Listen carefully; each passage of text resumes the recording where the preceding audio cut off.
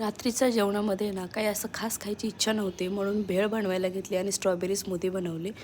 पप्पांसाठी भेळ बनवली, माझ्यासाठी भेळ बनवून घेतली, त्यांना सर्व केली. त्याच्यानंतर पसारा इतका झालेला, म्हटलं चला आधी वरूनची भेळ बनवून ठेवते, त्याच्या जेवणाची तयारी करून ठेवते आणि मग मी किचन आवरायला घेते. तर रात्रीचं किचन आवरणं ही खूप मोठा टास्क आणि महत्त्वाची इम्पॉर्टंट गोष्ट आहे, कारण कॉक्रोच वगैरे होत नाही आणि क्लीन असलं की आपल्यालाही झोपायला शांत झोप लागते. मग इथे मी ना गॅस शेगडी वगैरे किचन ओटो वगैरे छान क्लीन करायला घेतला आणि रात्रीच्या वेळेस ना बेबीचं जे पाणी आहे ते मी छान उकळलेलं भरून ठेवते आणि त्याचंही भांडं घासून ठेवते, म्हणजे त्याच्यामध्ये क्षार वगैरे साचत नाही आणि ड्राय होतं रात्रभर. सगळे भांडे वगैरे क्लीन करून झाल्यानंतर ना सगळ्यात महत्त्वाचं म्हणजे फ्लोअर क्लीन करणं, झाडून वगैरे घेणं.